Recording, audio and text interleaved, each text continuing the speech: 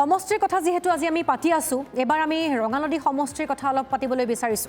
ৰঙানদীত এবাৰ আকৰ্ষণীয় যুঁজ হ'বলৈ গৈ আছে কংগ্ৰেছী জয়ন্ত খাউণ্ড নে বিজেপিৰ ঋষিৰাজ হাজৰিকা কোনে পাব বিধায়কৰ আসনত বহাৰ সুযোগ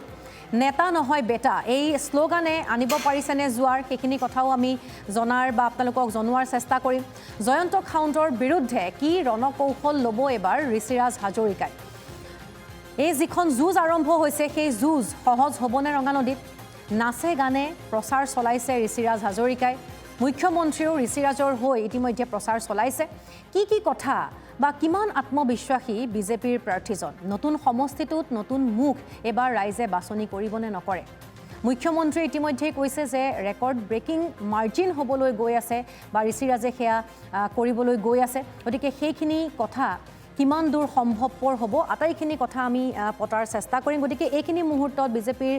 প্ৰাৰ্থী ঋষিৰাজ হাজৰিকাৰ লগত আমি সংযোগ স্থাপন কৰিছোঁ ঋষিৰাজ হাজৰিকা আপোনাক স্বাগতম জনাইছোঁ আজিৰ এই বিশেষ অনুষ্ঠানৰ মাজলৈ মই প্ৰথমে আপোনাক সুধিবলৈ বিচাৰিছোঁ যেহেতু ৰঙানদী সমষ্টি পুনৰ নিৰ্ধাৰণৰ পাছত ৰঙানদী সমষ্টি নতুনকৈ গঠন হোৱা এটা সমষ্টি গতিকে প্ৰথমবাৰৰ বাবে ৰঙানদী সমষ্টিয়ে এগৰাকী বিধায়ক পাবলৈ গৈ আছে বা যিগৰাকী বিজয়ী হ'ব প্ৰথমজন ৰঙানদী সমষ্টিৰ পৰা বিধায়ক হ'ব গতিকে যুঁজ কেনেধৰণে চলি আছে এইখিনি মুহূৰ্তত আপুনি কিমান দূৰ আশাবাদী কেনেধৰণে প্ৰচাৰ চলাই আছে এইকেইটা দিনত হয় বাইদেউ নমস্কাৰ যেহেতু আপুনি কৈছে আৰু আপোনাৰ আৰম্ভণিতে কথাত আপুনি কৈছে যে এবাৰ ৰঙানদীৰ বেটাই কেনেকুৱা কৰিব তো মই প্ৰথমেই ক'ব বিচাৰিছোঁ যে ৰঙানদীৰ মই ৰাজনীতি কৰা মোৰ বেছি দিন হোৱা নাই কাৰণ যোৱা 8 বছৰে ৰঙানদীত কেৱল মই সমাজনীতি কৰিছিলোঁ আৰু দলে মোক প্ৰাৰ্থী হিচাপে প্ৰদান কৰাৰ পিছৰে পৰা মই আজি 7টা দিনহে হৈছে যে মই ৰাজনীতি কৰা আৰম্ভ কৰিছোঁ কাৰণ ৰঙানদীৰ মোৰ ৰাইজৰ লগত মোৰ যি সম্পৰ্ক সেয়া মোৰ ৰাজনৈতিক সম্পৰ্ক নহয় মোৰ সম্পৰ্ক আত্মিক সম্পৰ্ক আৰু সেইকাৰণে আপুনি দেখিব যে যি ঠাইলৈকে মই গৈছোঁ সেই ঠাইত ৰাইজৰ স্বতঃস্ফূৰ্ত মোৰ অংশগ্ৰহণ আৰু ৰাইজে যে নিজৰ ল'ৰাটোক আশীৰ্বাদ দিবৰ কাৰণে মৰম কৰিবৰ কাৰণে ওলাই আহিছে তেনেকুৱা এটা প্ৰতিফলন দেখিব পোৱা গৈছে যিহেতু আমাৰ এই পূৰ্বৰ নাওপইচা আৰু বৰ্তমানৰ ৰঙানদী এই বিধানসভা সমষ্টিত কংগ্ৰেছৰ এজন বিধায়ক আছিল আৰু কংগ্ৰেছৰ বিধায়কজনে ৰাইজক ইমানেই বিশ্বাসঘাতক কৰিছিল যে বিশ্বাসঘাতকতা কৰিছিল যে 5 বছৰত 5 দিনৰ কাৰণেও তেওঁ ৰঙানদী পূৰ্বৰ নাওপইচা আৰু বৰ্তমানৰ ৰঙানদীবাসী ৰাইজক দেখা নিদিলে আৰু তাৰ কাৰণে ৰাইজে এইবাৰ কৈছে যে এইবাৰ আমাক নেতাৰ প্ৰয়োজন নাছিল ৰাইজে বাৰে বাৰে কৈছে যে আমি পূৰ্বৰ নাওপইচা আৰু ৰঙানদীৰ পৰা বহু নেতাক আমি ৰজা বনালোঁ ৰাইজে কৈছে এইবাৰ আমাক ৰজা নালাগে এইবাৰ আমাৰ এনেকুৱা এজন ব্যক্তিক লাগে যি ৰাজতন্ত্ৰৰ পৰিৱৰ্তে গণতন্ত্ৰক বিশ্বাস কৰে যি ৰাজনীতিৰ পৰিৱৰ্তে সমাজনীতিক বিশ্বাস কৰে তেনেকুৱা লোকৰ ৰাইজে বিচাৰ কৰিছিল আৰু মোৰ এনেকুৱা অনুভৱ হয় মই যেতিয়াই ৰাইজৰ মাজলৈ গৈছোঁ ৰাইজে কৰবাত যেন মোৰ মুখখনৰ মাজত তেওঁলোকে নিজেই নিজক দেখা পাইছে তেনেকুৱা এটা মোৰ অনুভৱ হৈছে আৰু সেইকাৰণে ৰাইজে এবাৰ ইয়াতে ৰঙানদীত নিৰ্বাচন খেলাতকৈ নিৰ্বাচনটোক উদযাপন কৰিছে যেন মোৰ অনুভৱ হৈছে নেতা নহয় বেটা হিচাপে আপুনি বা তেওঁলোকৰ ল'ৰা হিচাপে আপুনি কাষ চাপিছোঁ বুলি কৈছে এতিয়া আপোনাৰ সন্মুখত মূল যিহেতু যুঁজখন কংগ্ৰেছ আৰু বিজেপিৰ মাজতে হ'বলৈ গৈ আছে এতিয়া আপোনাৰ সন্মুখত আছে জয়ন্ত খাউণ্ডেই যিহেতু ৰঙানদী সমষ্টিৰ পৰা NDAৰ প্ৰাৰ্থী হিচাপে তেখেতকেই প্ৰক্ষেপ কৰিব বুলি প্ৰথম অৱস্থাত তেখেতে ভাবিছিল কিন্তু শেষত যেতিয়া সেয়া নহ'লেগৈ তেতিয়া তেখেতে কংগ্ৰেছত যোগদান কৰিলে এতিয়া কংগ্ৰেছৰ প্ৰাৰ্থী হিচাপে তেখেতে আগবাঢ়িছে আপুনি কি ভাবিছে কিমান দূৰ তেখেতে প্ৰত্যাহ্বান আপোনাৰ সন্মুখলৈ আনিব বা এই যিখন নিৰ্বাচন হ'বলৈ গৈ আছে এইবাৰ 26ৰ বিধানসভাৰ নিৰ্বাচনত কংগ্ৰেছ কিমান দূৰ ফেক্টৰ হ'ব বুলি আপুনি ভাবে বাইদেউ চাওক মই এটা কথা কৈছোঁ যে এতিয়া আজি তাৰিখৰ যিটো ৰাজনৈতিক যিটো পৰিৱেশ ৰাইজে কেৱল নিৰ্বাচনৰ সময়ত 5 মাহৰ আগত আহি যদি কোনো ব্যক্তিয়ে যদি সেৱা কৰি ৰাইজৰ ওচৰত ডাঙৰ কথা কৈ যদি ৰাইজক নেতা হোৱাৰ যদি প্ৰলোভন দি ৰাইজৰ ওচৰলৈ আহে মই ভাবোঁ তেওঁ যি দলৰে নহওক লাগে তেওঁ এতিয়া সফল নহয় ৰাইজে এতিয়া বিশ্বাস কৰে যে যিজন ব্যক্তিক ৰাইজে বিধায়ক হিচাপে আগবঢ়াব তেওঁলোকে ৰাইজৰ মাজত থাকিব লাগিব আপুনি যদি অসমৰ মুখ্যমন্ত্ৰী ডক্টৰ হিমন্ত বিশ্ব শৰ্মা ডাঙৰীয়াক চাই যে তেওঁ ভাৰতবৰ্ষৰে আজি 4জন বিশেষ ৰাজনৈতিক ব্যক্তিৰ মাজৰ এজন ব্যক্তি কিন্তু আজি ডক্টৰ হিমন্ত বিশ্ব শৰ্মাক ডাঙৰীয়াক যদি মোৰ ফুলবাৰী অঞ্চলৰ ধেমাগড়ৰ মানুহজনেও যদি মেছেজ কৰে হোৱাটছআপ কৰে তেওঁ সেই হোৱাটছআপৰ ৰিপ্লাই দিয়ে অৰ্থাৎ আজি তাৰিখত অসমৰ মুখ্যমন্ত্ৰীগৰাকীক যেতিয়া মোৰ ফুলবাৰী অঞ্চলৰ ধেমাগড়ৰ ব্যক্তিজনে লগ পায় আৰু তেনে প্ৰেক্ষাপটত যদি মই নিজে ভাবোঁ যে ৰঙানদীত মই নেতা হ'ম মই ডাঙৰ ডাঙৰ কথা ক'ম আৰু ৰাইজে মোক আঁকোৱালি ল'ব এতিয়া ৰাজনৈতিকভাৱে সেই পৰিৱেশ নাই আপুনি যদি চাই আজি ৰঙানদীৰ যেতিয়া সমস্যা হৈছিল এই সমস্যাসমূহৰ ৰাইজে কাক দেখা পাইছিলে ৰাইজে বুজি পায় আৰু সেইকাৰণে ৰাইজে কৈছে যে যিসকল ব্যক্তিয়ে ৰাইজক কেৱল নিজকে ৰজা বনোৱা আৰু নিজকে বিধায়ক বনোৱাৰ কাৰণে ব্যৱহাৰ কৰিছে তেনেকুৱা লোকৰ লগত ৰাইজ নাথাকে ৰাইজে কৈছে যে আজিকালি সাৰ্ফ এক্সেলৰ এডভাৰটাইজত কয় পেহেলে ইস্তেমাল কৰে ফিৰ বিশ্বাস কৰে তো তেনেকুৱা সময়ত যদি আমি আজি তাৰিখত এজন 5 বছৰৰ কাৰণে বিধায়ক আমি বিবেচনা কৰিবলৈ গৈ আছো তেতিয়াহ'লে কেনেকৈ সম্ভৱ যে 3 দিন 4 দিন 5 দিনৰ ভিতৰত বা 5 মাহৰ ভিতৰত কোনোবা এজন বিধায়ক ৰাইজে আঁকোৱালি ল'ব আৰু একেবাৰে সহজতে আহি যোৱা বিধায়ক বনালে কি হয় পূৰ্বৰ নাওবৈচা আৰু আজি ৰঙানদীবাসী ৰাইজতকৈ ভালদৰে কোনে অসমে জানিব নোৱাৰে কাৰণ কংগ্ৰেছৰ বিধায়কজনে যোৱা 5টা বছৰত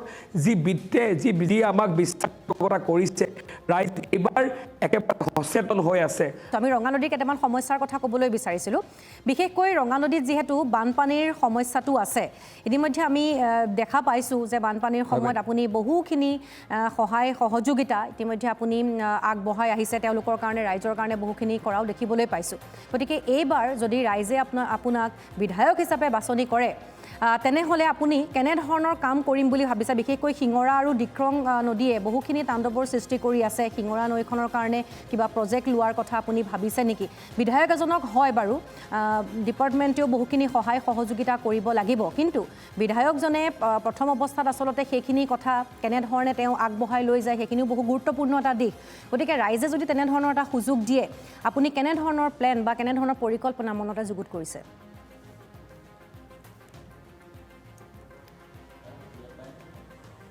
বাইদেউ চাওক যিহেতু আমি কৈছোঁ যে ইতিমধ্যে অসমৰ মুখ্যমন্ত্ৰী ডক্টৰ হিমন্ত বিশ্ব শৰ্মা ডাঙৰীয়া আজি 3 দিনৰ আগত যিখন আমাৰ প্ৰচাৰ সভা হৈছিল এই প্ৰচাৰ সভাত ইতিমধ্যে তেওঁ ঘোষণা কৰিছে যে অহা 3টা বছৰ 4টা বছৰৰ ভিতৰত ৰঙানদী বানমুক্ত হ'ব ৰঙানদীৰ কোনো আমাৰ অঞ্চলত বানপানী নোহোৱা পৰিৱেশ আমি নিৰ্মাণ কৰিম মই আপোনাক ক'ব পাৰোঁ যে যিহেতু পূৰ্বতে কংগ্ৰেছৰ বিধায়ক আছিল এই বিধায়কজনে যিহেতু 5 বছৰ এই অঞ্চলসমূহলৈ নাহাৰ ফলত ক'ত মাথাউৰি নিৰ্মাণ কৰিছে ক'ত হ'ব লাগিছিলে যেতিয়া এখন ঘৰত অভিভাৱকবিহীন ঘৰ হৈ থাকিব সেই ঘৰখনত যোনে যেনেকৈ য'তেই মন যাব তাকেই কৰিব আজি যিহেতু ইয়াতে বিধায়ক নাছিলে নোহোৱাৰ কাৰণে কোনটো মাথাউৰি আগত হ'ব লাগিছিল কোনটো মাথাউৰি পিছত হ'ব লাগিছিল কোনটো মাথাউৰি অতি প্ৰয়োজন কাৰণ মাথাউৰি সকলোখিনিয়ে প্ৰয়োজন কিন্তু কোনটো অতি প্ৰয়োজন আপুনি যদি চাই আজি কিছুদিনৰ আগতে যেতিয়া আমাৰ নেপকৰ পানী এৰি দিয়াৰ ফলত যেতিয়া আমাৰ বানপানী আহিছিল এই বানপানী আমাৰ 5 নৈকে আৰম্ভ কৰি বিভিন্ন অঞ্চল জনমগ্ন হৈছিল বানপানী হোৱা অঞ্চলত এটা সময়ত আমি দেখিবলৈ পাইছিলোঁ কংগ্ৰেছৰ পূৰ্বৰ মুখ্যমন্ত্ৰীসকলে এৰিয়েল ছাৰ্ভে কৰে কিন্তু এইবাৰ ৰঙানদীত বানপানী হোৱাৰ লগে লগে এটা দুনৰ পাছতে ডক্টৰ হিমন্ত বিশ্ব শৰ্মা ডাঙৰীয়াই মোৰ লগত নিজেই উপস্থিত হৈ বৰষুণত তিতি ৰাইজৰ মনৰ কথা বুজ লৈছিল আৰু তাৎক্ষণিকভাৱে প্ৰশাসন ব্যৱস্থাক তেওঁ নিৰ্দেশ দিছিল যে অহা বাৰিষাত যাতে এই অঞ্চলসমূহত বানপানী হ'ব নোৱাৰে তেনেকুৱা এটা ব্যৱস্থা ল'ব লাগে মই ভাবোঁ যে যদি আমাৰ ৰঙানদীবাসী ৰাইজে আমাক আশীৰ্বাদ প্ৰদান কৰে যিহেতু অসমত চৰকাৰ ডক্টৰ হিমন্ত বিশ্ব শৰ্মাৰ হ'ব তাত কোনো সন্দেহ নাই আমাক যদি ৰাইজে আশীৰ্বাদ দিয়ে ৰঙানদীৰ যদি ল'ৰাজনক আশীৰ্বাদ দিয়ে মই ভাবোঁ অহা 5টা বছৰৰ ভিতৰত ৰঙানদী কোনো অঞ্চলতে বানপানী নোহোৱাকৈ আমি এটা পৰিৱেশ নিৰ্মাণ কৰিবলৈ বাইদেউ আমি সক্ষম হ'ম খুব সুন্দৰ খুব ভাল কথা এটা কৈছে আপুনি আৰু লগতে আৰু এটা মই কথা উনুকিয়াবলৈ বিচাৰিছোঁ দেই সেইটো কথা হৈছে যে নকল টকা আৰু নকল সোণ নাওবৈচা আৰু ৰঙানদী দুইটা অঞ্চলতেই খুবেই আছে বিশেষকৈ আমি ৰঙানদীৰ কথা যদি পাতোঁ তাতো এই নকল সোণৰ প্ৰয়োভৰ খুবেই আছে গতিকে আপুনি সেয়া নিয়ন্ত্ৰণ কৰিবৰ কাৰণে ইতিমধ্যে এটা ডাঙৰ ঘটনা ঘটিও গৈছে জোনমণি ৰাভাৰ যিটো ঘটনা আপোনালোকে সকলোৱে নিশ্চয় মনত আছে গতিকে এই ক্ষেত্ৰত কিবা বিশেষ ব্যৱস্থা বা বিশেষ পদক্ষেপ কিবা থাকিব নেকি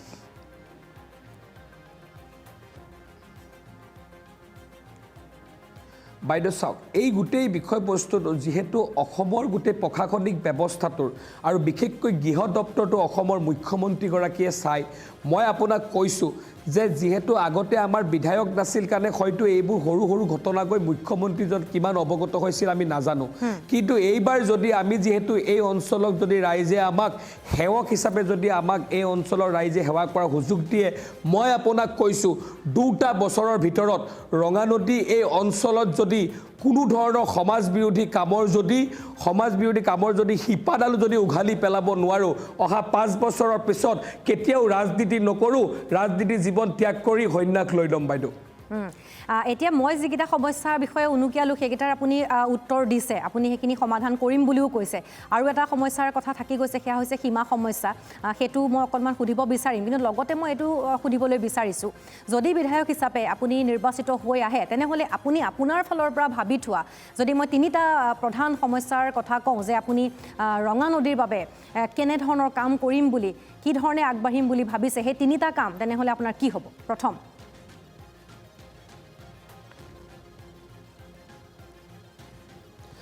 চাওক আমাৰ এটা সপোন আছিল যে ৰঙানদীৰ আজি তাৰিখৰ অধিকাংশ অঞ্চলৰ যুৱকসকলে গৈ একেবাৰে সামান্য মাননীৰ বিপৰীতে অনিচ্ছা সত্ত্বেও গৈ বেংগলোৰ হায়দৰাবাদত গৈ সিকিউৰিটি গাৰ্ড কৰি আছে আমি মুখ্যমন্ত্ৰী মহোদয়ক অৱগত কৰিছিলোঁ আৰু মুখ্যমন্ত্ৰী মহোদয় নিৰ্বাচন শেষ নহওঁতেই ইতিমধ্যে যোৱা 3 দিনৰ আগত ঘোষণা কৰি থৈ গৈছে যে ৰঙানদী অঞ্চলত তেওঁ নতুনকৈ অসম পুলিচৰ এটা কামাণ্ডো বেটেলিয়নৰ তেওঁ প্ৰশিক্ষণ কেন্দ্ৰ ইয়াতে প্ৰতিষ্ঠা কৰিব তো মই ভাবোঁ অহা 5 বছৰৰ ভিতৰত যিসকল মোৰ ককাই ভায়ে অনিচ্ছা সত্ত্বেও নিজৰ মাতৃজনীৰ কাষৰ পৰা গৈ নিজৰ পৰিয়ালৰ কাষৰ পৰা গৈ বেংগলোৰ হায়দৰাবাদত গৈ আছিলে এতিয়াৰে পৰা তেওঁলোকে নিজৰ অঞ্চললৈ ঘূৰি আহিবলগীয়া সময়ত নিজৰ মাকৰ কাষত থাকি নিজৰ পৰিয়ালৰ লগত থাকি অসম মাতৃৰ সেৱা কৰিবৰ কাৰণে সফল হ'ব মোৰ আন এটি মোৰ পৰিকল্পনা আছিল যে আমাৰ ৰঙানদী অঞ্চলত উচ্চ শিক্ষাৰ কাৰণে কোনো প্ৰতিষ্ঠান নাছিলে আমি কেতিয়াও আমি সপোনতো ভাবিব পৰা নাছিলোঁ যে আমাৰ এই অঞ্চলসমূহত কেতিয়াবা উচ্চ শিক্ষাৰ কিবা ব্যৱস্থা হ'ব কিন্তু আমি মুখ্যমন্ত্ৰী মহোদয়ক আমি অৱগত কৰিছিলোঁ আৰু জনাইছিলোঁ যে আমাক এখন লখিমপুৰত এখন ইঞ্জিনিয়াৰিং কলেজ লাগে আৰু মুখ্যমন্ত্ৰীগৰাকীয়ে আজি 3 দিনৰ আগত ঘোষণা কৰি থৈ গৈছে যদি আমি বিধায়ক হিচাপে ৰাইজৰ মাজলৈ আহিব পাৰোঁ অহা 1-2টা বছৰৰ ভিতৰতেই ৰঙানদী বিধানসভা সমষ্টিৰ অন্তৰ্গত এটা অঞ্চলত আমি এখন ইঞ্জিনিয়াৰিং কলেজ বনাবলৈ আমি সক্ষম হ'ম নিৰ্মাণ কৰিবলৈ সক্ষম হ'ম মই ক'ব বিচাৰিছোঁ যে আমাৰ এই ৰঙানদী অঞ্চলত বহুতো আমাৰ পৰ্যটনৰ সম্ভাৱনা আছে আজি আমাৰ ইয়াতে হতাজান আছে এই হতাজান অঞ্চলৰ ৰঙানদীৰ কাষৰে হতাজান অঞ্চলত মই কওঁ ভগৱন্তই বসবাস কৰে কাৰণ ভগৱন্তই বসবাস নকৰিলে প্ৰভুৱে বসবাস নকৰিলে ঈশ্বৰ বসবাস নকৰিলে দেশৰ বিভিন্ন প্ৰান্তৰ পৰা পৰিভূমি চৰাই আজি এই ৰঙানদী অঞ্চললৈ কেতিয়াও নাহিলেহেঁতেন আৰু মই সেইকাৰণে কৈছোঁ যে আহিবলগীয়া সময়ত এই হতাজান অঞ্চলক আমি পৰ্যটন ক্ষেত্ৰ হিচাপে আমি আগুৱাই নি আমি আমাৰ দেশৰ লগতে বিদেশৰ আমাৰ পৰ্যটনসকলৰ পৰ্যটনস্থলী হিচাপে আমি উন্নয়ন কৰি আমাৰ আহিবলগীয়া সময়ত এই ৰঙানৈ দুইপাৰে বসবাস কৰা আমাৰ জনজাতীয় লোকসকলক আমি টুৰিজমৰ লগত জড়িত কৰি তেওঁলোকক আমি স্বাৱলম্বী কৰাৰ লগে লগে ৰঙানদীক আমি বিশ্ব দৰবাৰত প্ৰতিষ্ঠা কৰাৰ আমি সুযোগ ল'ব পাৰোঁ ঠিক আছে আপুনি খুব সুন্দৰ কথা কেইটামান ভাবিছে কিন্তু এই আপুনি যেটো কথা কৈছে নেতা হৈ বহুতে আসলতে পাহৰি যায় কিন্তু আপুনি যেহেতু লৰা হিচাপে থাকিম বুলি ভাবিছে গতিকে সেইখিনি কথা যাতে পাহৰি নাযায় সেয়া ৰঙানদী বাসীও আসলতে ভাবিব বা আমিও আশা কৰিম এটা কথা হৈছে যে এইবাৰৰ নিৰ্বাচনত বহু কেইগৰাকী যুৱ প্ৰাৰ্থী যথেষ্ট বাইদেউ মাজতে আপোনাক বাইদেউ হয় বাইদেউ মাজতে আপোনাক এটা কথা কৈছোঁ এই যিবোৰ কথা আপোনাক মই কৈছোঁ এই কথাবোৰ মই আপোনাক নেতা হিচাপে কোৱা নাই যেহেতু এইবোৰ কাম ইতিমধ্যে মই নেতা নহতে প্ৰাৰম্ভিকভাৱে আৰম্ভ কৰিছোঁ আজি যদি টুৰিষ্টৰ কথা যদি কৈছোঁ যোৱা 3টা বছৰে ইতিমধ্যে ৰঙানদী মহোৎসৱ নামেৰে আমি মহোৎসৱ আৰম্ভ কৰি ইতিমধ্যে আমি বৰ্তমান সময়ত আমি তাৰ কাম আৰম্ভ কৰিছোঁ আমাৰ চেষ্টা থাকিব আহিবলগীয়া সময়ত এই ৰঙানদী মহোৎসৱৰ জৰিয়তে যাতে আমি বিশ্বৰ বিভিন্ন প্ৰান্তৰ পৰ্যটকক আমি আমি যাতে আমি আকৰ্ষিত কৰিব পাৰোঁ মই কৈছোঁ মই কথা কোৱাত বিশ্বাস নকৰোঁ মই কৰ্ম কৰাত বিশ্বাস কৰোঁ আৰু সেইকাৰণে মই আপোনাক ক'ব পাৰোঁ যে যিকেইটা কথা আপোনাক মই কৈছোঁ ক'ৰবাত প্ৰাৰম্ভিকভাৱে ইয়াৰ কাম আৰম্ভ ইতিমধ্যে হৈ গৈছে খুব সুন্দৰ এটা কথা হৈছে মই হেতুৰ কথাই অনুকিয়াইছিলোঁ যে যিকেইজন যুৱ প্ৰাৰ্থী এবাৰ নিৰ্বাচনত অৱতীৰ্ণ হৈছে তেওঁলোক বহুকেইগৰাকী আচলতে এতিয়া চৰ্চাত আছে তাৰ মাজত এগৰাকী আপুনিও এগৰাকী অন্যতম প্ৰাৰ্থী বুলি ক'ব লাগিব ঋষিৰাজ হাজৰিকা আপুনি ৰাইজৰ কাষলৈ গৈছে ৰাইজেও আপোনাক মৰম দিছে কিন্তু ক'ৰবাত আপুনি নিজকে অলপ হ'লেও সৌভাগ্যশালী বুলি নাভাবেনে কাৰণ ৰঙা নদীৰ পৰা মাজতে ভূপেন বৰাৰ নামো যথেষ্ট চৰ্চা হ'ল কিন্তু তাৰ পাছত ভূপেন বৰাক তাত নিদি বিহপুৰীয়াৰ ফালে বাৰু গতি কৰিলে তাৰ পাছত আহিলে জয়ন্ত খাউণ্ডৰ প্ৰসংগটো জয়ন্ত খাউণ্ডে বহু আশা কৰি আছিল ইতিমধ্যে মই কৈছোঁ মিত্ৰজোঁটৰ ফালৰ পৰা তেখেতেই পাব বুলি কিন্তু শেষত মুখ্যমন্ত্ৰীয়ে আশীৰ্বাদ যাত্ৰাত আপোনাৰ নামে উল্লেখ কৰিলে তাৰ পাছতেই পথ পৰিৱৰ্তন ঘটিল এতিয়া কাৰণ বহুকেইগৰাকী নেতা আছে বিজেপিৰ পুৰণি বহু কৰ্মী আছে তেওঁলোকে কিন্তু এটা টিকটৰ বাবে বহুত যুঁজিবলগীয়া হৈছে আপুনি যুঁজা নাই বুলি মই নকওঁ বা কাম নাই কৰা বুলি নকওঁ মই কৈছোঁৱেই যে ৰাইজে আপোনাক মৰম দিছে কিন্তু এটা কথা হৈছে যে সেইখিনিৰ ফালৰ পৰা আপুনি নিজকে সৌভাগ্যশালী বুলি ভাবে নে ৰাইজৰ মৰম আৰু আশীৰ্বাদৰ বাবেই এইখিনি আপোনাৰ লগত হৈছে বুলি ভাবে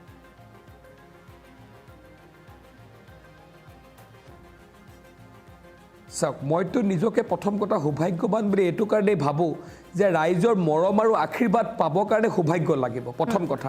আৰু বিশ্বৰ সৰ্ববৃহৎ ৰাজনৈতিক দলটোৰ প্ৰাৰ্থী হিচাপে মোৰ দৰে এজন LP স্কুলৰ শিক্ষকৰ ল'ৰাই পোৱাটো এইটো সৌভাগ্যৱান হ'বই লাগিব মই তাত কোনো সন্দেহ নাই কিন্তু মই কৈছোঁ যে মই যেনেধৰণে কষ্ট কৰিছিলোঁ মোৰ দলৰ অন্যকেইখন প্ৰাৰ্থীসকলেও কষ্ট কৰিছিলে যিহেতু ভাৰতীয় জনতা পাৰ্টিত এটা পৰিৱেশ থাকে যে আমাৰ পাৰ্টীয়ে যেতিয়া আমাক এজন ব্যক্তিক প্ৰাৰ্থিত্ব ঘোষণা কৰে পিছদিনাৰে পৰাই এজন নিষ্ঠাবান কাৰ্যকৰ্তা হিচাপে তেওঁক আমি জয়যুক্ত কৰাবৰ কাৰণে কাম কৰোঁ যিহেতু ভাৰতীয় জনতা পাৰ্টিৰ ব্যক্তিৰ মূল্য কম ইয়াতে ৰাইজৰ স্বাৰ্থ বেছি আমি গুৰুত্ব দিওঁ আমি দেশ মাতৃৰ কথা বেছিকৈ চিন্তা কৰোঁ আৰু সেইকাৰণে আজি যেতিয়াই মই দলৰ টিকট পালোঁ টিকট পোৱাৰ লগে লগে যিসকলে নিজকে নিষ্ঠাবান কৰ্মী বুলি সদায় সেৱা আগবঢ়াইছে তেওঁলোক মোৰ লগত আছে ক'ৰবাত দুই এজন ব্যক্তিয়ে কেৱল নিজৰ স্বাৰ্থ সিদ্ধিৰ কাৰণে ডাঙৰ ডাঙৰ কথা কৈ তেওঁলোকে দলৰ লগত আছিল আৰু তেওঁলোকৰ স্বাৰ্থ সিদ্ধি নোহোৱাৰ দিনাখনিয়ে তেওঁলোকে সেই দল ত্যাগ কৰি ৰাইজৰ মাজলৈ গুচি গৈছে মই আপোনালোকক ক'ব বিচাৰোঁ যে এটা কথা যে ভাৰতীয় জনতা পাৰ্টিত ব্যক্তিৰ কোনো মূল্য নাই ব্যক্তিৰ কোনো গুৰুত্ব নাই আৰু সেইকাৰণে আজি ভাৰতীয় জনতা পাৰ্টিয়ে আমাৰ দৰে এটা সাধাৰণ পৰিয়ালৰ যুৱকক আজি ভাৰতীয় জনতা পাৰ্টিৰ প্ৰাৰ্থী হিচাপে আমাক আগবঢ়াইছে আৰু আপুনি জয়ন্ত খাউণ্ড ডাঙৰীয়াৰ আপোনাৰ প্ৰসংগটো যিহেতু আনিছে জয়ন্ত খাউণ্ড ডাঙৰীয়া মোৰ জ্যেষ্ঠৰ ভাতৃৰ দৰে কিন্তু আপুনি কৈছে যে তেখেতে ভাৰতীয় জনতা পাৰ্টিৰ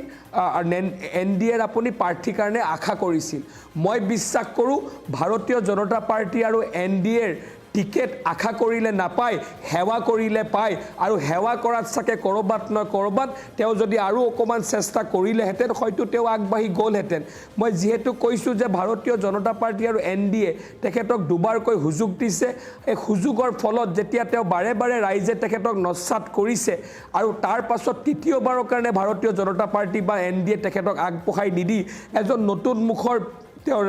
বিচাৰ কৰিছিল আৰু চাগে যি বিচাৰ ব্যৱস্থা আছিল সেই বিচাৰ ব্যৱস্থাত ভাবিছিল যে এই ল'ৰাজনক আগবঢ়াই দিলে হয়তো ৰাইজে আমাক আঁকোৱালি ল'ব আৰু সেই পৰিৱেশৰ মাজেৰে হয়তো ৰাইজে আমাক আগবঢ়াই দিছে বুলি মই ভাবোঁ ঠিক আছে মই শেষ কৰিম এতিয়া মুখ্যমন্ত্ৰীয়ে যেনেধৰণে কৈছে যে ৰেকৰ্ড ব্ৰেকিং এবাৰ মাৰ্জিন হ'বলৈ গৈ আছে গতিকে ঋষিৰাজে সেই কথা কি বুলি ভাবিছে বিশ্বাস আছে সেইখিনি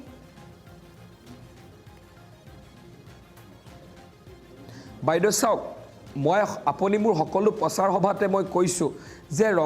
ৰঙানদীবাসী ৰাইজৰ লগত আমাৰ লখিমপুৰ লাগি আছে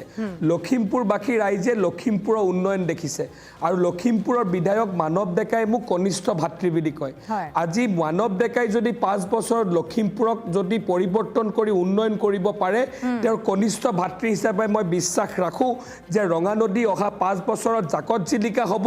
আৰু ৰঙানদীবাসী ৰাইজে আজি উন্নয়নৰ স্বাৰ্থত মই নকওঁ যে কিমান ভোটত মোক জয়যুক্ত কৰিব কাৰণ আজি যদি মই এটা সংখ্যা কওঁ সেইটোত অহংকাৰ থাকিব কিন্তু এইটো নিশ্চিত যে লখিমপুৰ ৰঙানদীবাসী ৰাইজে আহিবলগীয়া সময়ত ভৱিষ্যত প্ৰজন্মৰ সুৰক্ষা স্বাৰ্থত এইবাৰ ভাৰতীয় জনতা পাৰ্টিক ভোটদান কৰিব অসমৰ মুখ্যমন্ত্ৰী ডক্টৰ হিমন্ত বিশ্ব শৰ্মা আৰু ৰঙানদীবাসী ৰাইজৰ মাজত মোক নেতা হিচাপে নহয় মোক বেটা হিচাপে ৰাখি এখন দলঙৰ কাম কৰিবৰ কাৰণে মোক সুবিধা দিব যাতে দলংখন মাত্ৰ ঋষিৰাজ হাজৰিকা হ'ব আৰু হিমন্ত বিশ্ব শৰ্মা ডাঙৰীয়াই ঋষিৰাজ হাজৰিকা নামৰ এই দলংখনৰ জৰিয়তে ৰঙানদীৰ প্ৰত্যেকজন লোকে গৈ যাতে হিমন্ত বিশ্ব শৰ্মা ডাঙৰীয়াৰ পৰা নিজৰ সমস্যাসমূহৰ সমাধান উলিয়াই ল'ব পাৰিব তাৰ কামনা কৰি ৰাইজে ভোটদান কৰি আমাক জয়যুক্ত কৰি ৰঙানদীক এখন নতুন ৰঙানদী হিচাপে যিহেতু ৰাইজে এতিয়া নতুন সমষ্টি পাইছে আৰু এখন নতুন ইতিহাস লিখাৰ সুযোগ ল'ব বুলি মই বিশ্বাস ৰাখোঁ ঠিক আছে আমি এবাৰ ৰঙানদীত গৈছিলোঁ সমষ্টিৰ ৰাইজৰ ওচৰলৈ কাষ চাপিছিলোঁ তেওঁলোকে যিখিনি সমস্যাৰ কথা আমাৰ অনুষ্ঠানত কৈছিল সেই সমস্যাখিনিৰ কথা মই আপোনাক সোধাৰ চেষ্টা কৰিলোঁ আৰু আপুনি ইতিমধ্যে কৈছে যে সেইখিনি আপুনি সমাধান কৰিবলৈ বা সেইখিনিৰ ক্ষেত্ৰত ব্যৱস্থা গ্ৰহণ কৰা হ'ব বা ব্যৱস্থা আপুনি ল'ব বুলি কৈছে গতিকে যদি তেনেধৰণে কথাবোৰ সঁচাকৈ আগবাঢ়ে তেনেহ'লে হয়তো আমি ইয়াৰ পাছৰ যিটো নিৰ্বাচন হ'বলৈ গৈ থাকিব তাত আমি এখন সুকীয়া ৰঙানদী দেখিবলৈ পাম যদিহে ৰাইজে আপোনাক নিৰ্বাচিত কৰে গতিকে শেষত আপোনাক মই শুভেচ্ছা জ্ঞাপন কৰিছোঁ যিখিনি আপুনি আশা মনত পুহি ৰাখিছে সেয়া যাতে আপোনাৰ সফল হয় শেষত আপোনাক মই শুভেচ্ছা জ্ঞাপন কৰিছোঁ আপুনি কিবা ক'ব শেষত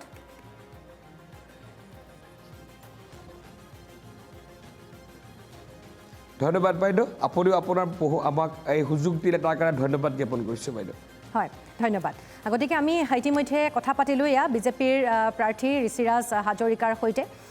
বিভিন্ন সময়ত আমি কেইবাটাও আজি সমষ্টি লৈ আহিছিলোঁ গতিকে এনেধৰণে আমি ইয়াৰ পৰৱৰ্তী সময়ছোৱাটো প্ৰাৰ্থীসকলৰ সৈতে আৰু লগতে সমষ্টিবাসীৰ সৈতে আৰু লগতে সমষ্টিসমূহৰ এবাৰ কেনেধৰণে